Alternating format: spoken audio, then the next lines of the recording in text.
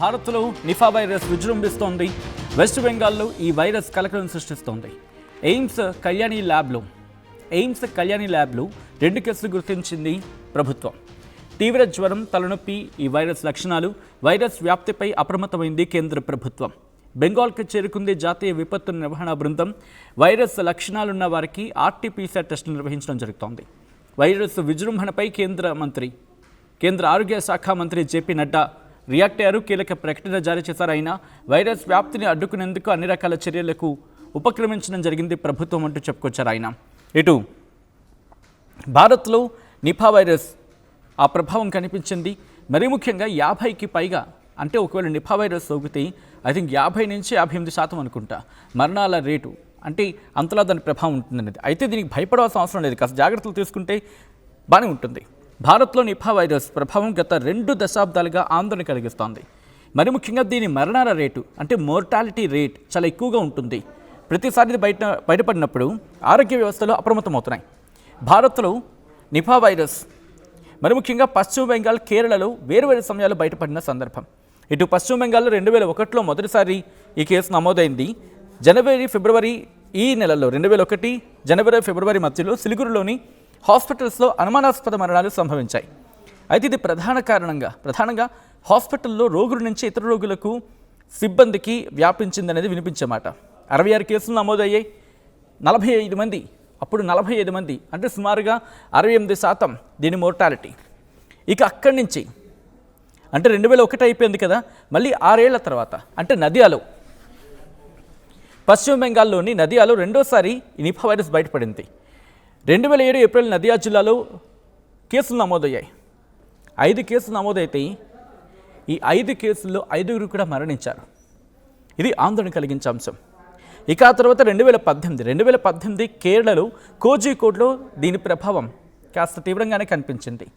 మే 2018లో కోజికోడ్ జిల్లాలో ఈ గబ్బిలాల గురించి మాట్లాడుకునే సందర్భం అక్కడ, అంటే వీటి ద్వారా వైరస్ సోకింది అనేది కాస్త బలంగా వినిపించిన మాట. ఇక అక్కడి నుంచి కాస్త ముందుకు వెళ్ళే ప్రయత్నం చేస్తాయి.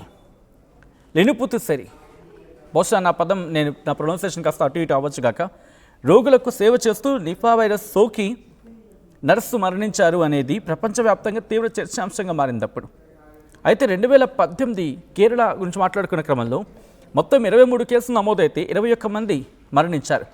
ఇక్కడ మోర్టాలిటీ రేట్, అంటే మరణాల సంభావ్యత అంటూ ఉంటాం కదా, అదేకంగా 90% పైగా ఉంది అక్కడ. 2019 నుంచి 2024 మధ్య, 2018 తర్వాత కేరళలో నిఫా వైరస్ అప్పుడప్పుడు కనిపిస్తూనే ఉంది. 2019లో ఎర్నాకులంలో ఒక కేసు నమోదైంది, రోగి అప్పుడు కోలుకున్నారు. 2021లో కోజికోడ్లో ఒక కేసు నమోదైంది, 12 ఏళ్ల బాలుడు మరణించాడప్పుడు. 2023లో కోజికోడ్లో మళ్ళీ 6 కేసులు నమోదయ్యాయి, 2 మరణించారు. 2024లో మలప్పురం జిల్లాలో కేసులు నమోదయ్యాయి. ప్రభుత్వం వెంటనే రియాక్ట్ అయింది, కంటోన్మెంట్ జోన్స్ని ప్రకటించి వాటిని నియంత్రించింది. అసలు కేరళలో ఎందుకు వస్తుంది అనేది ఇక్కడ మాట్లాడుకునే ప్రయత్నం చేద్దాం.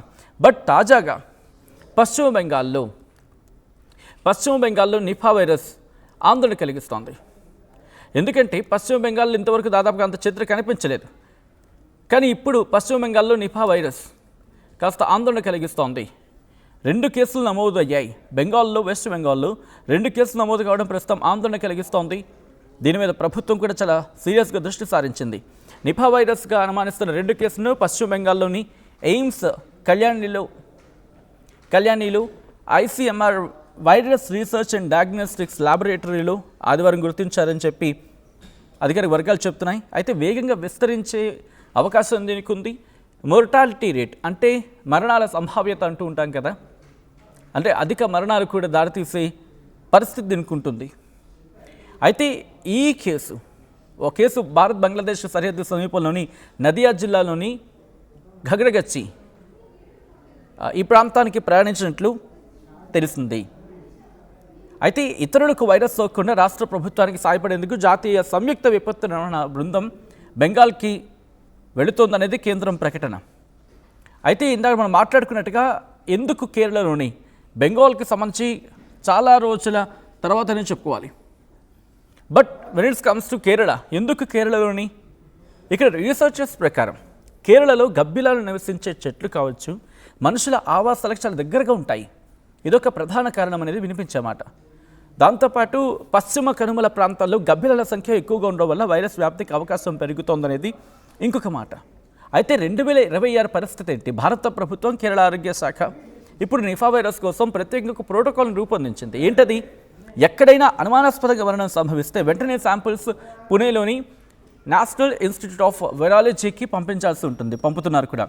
నేషనల్ ఇన్స్టిట్యూట్ ఆఫ్ వైరాలజీకి. గబ్బిలాలు కొరికిన పళ్ళు తినకూడదు, చేతులు శుభ్రంగా కడుక్కోవాలని చెప్పి అక్కడ వాళ్ళు డైరెక్షన్స్ ఇస్తున్నారు. సో అలా ఈ నిపా వైరస్ని కట్టడి చేసే ప్రయత్నం జరుగుతోంది. గత కొద్ది రోజులుగా ఇదే అంశం మీద మాట్లాడుకునే క్రమం. ప్రస్తుతం ఈ అంశం మీద తీవ్రమైన డిస్కషన్ జరుగుతోంది. ఎందుకంటే వెస్ట్ బెంగాల్లో గత కొద్ది రోజులుగా మనకు అందుతున్న సమాచారం ప్రకారం, మనకున్న ఇన్ఫర్మేషన్ ప్రకారం ఎప్పుడు 2001-2007లో కనిపించిన నిపా వైరస్ కేసులు దాదాపుగా 2001 అనుకుందాం, ఇదంతా 2026 అంటే 25 ఏళ్ల తర్వాత మళ్ళీ అక్కడ వైరస్ రావడం అనేది కాస్త కలవరపరిచే అంశమే. బట్ కేంద్ర ప్రభుత్వం అలాగే రాష్ట్ర ప్రభుత్వం రెండు సంయుక్తంగా వీటిని పర్యవేక్షించడం జరుగుతోంది. ప్రస్తుతం ప్రభుత్వం తీవ్రంగా దృష్టి సారించింది ఇక్కడ కేసుల సంఖ్య పెరగకుండా. దాంతోపాటు ఒకవేళ అనుమానాస్పద మరణాలు నమోదైతే ఆ కేసెస్కి సంబంధించి బ్లడ్ శాంపిల్స్ పంపించడం, వాటిని పరీక్షించడం, ఆ తర్వాత ఉపక్రమించడం, అంటే ఎటువంటి చర్యలకు దిగాలనే అంశం మీద ఈ కథను కూడా కాస్త కలవరపరచవచ్చు. అయితే మిమ్మల్ని కలవరపాటు గురి చేయడం ఆర్టీవీ ఉద్దేశం కాదు, కానీ ఇటువంటి కథనాలు చూసినప్పుడు కాస్త కలవరపాటు గురి అవకాశం ఉంటుంది కాబట్టి దీనికి సంబంధించి తగిన జాగ్రత్తలు తీసుకోవాలని ఆర్టీవీ సూచించడం జరుగుతోంది. This is the distributing content, వేరే డిస్క్రిప్షన్ ఇస్ అడ్వైస్. ఆ విజువల్స్ చూస్తున్నారు మీరు. భారత్లో ప్రస్తుతం నిపా వైరస్ విజృంభిస్తోంది. దీని మీద కేంద్ర ఆరోగ్య శాఖ మంత్రి జేపీ నడ్డా రియాక్ట్ అయ్యారు. ఆయన ఏమంటున్నారో చూద్దాం. कल 11 जनवरी को एम्स कल्याणी में स्थित आईसीएमआर के वायरल रिसर्च डिजीज लैब में निपा वायरस के 2 केसेस सस्पेक्ट केसेस पाए गए हैं।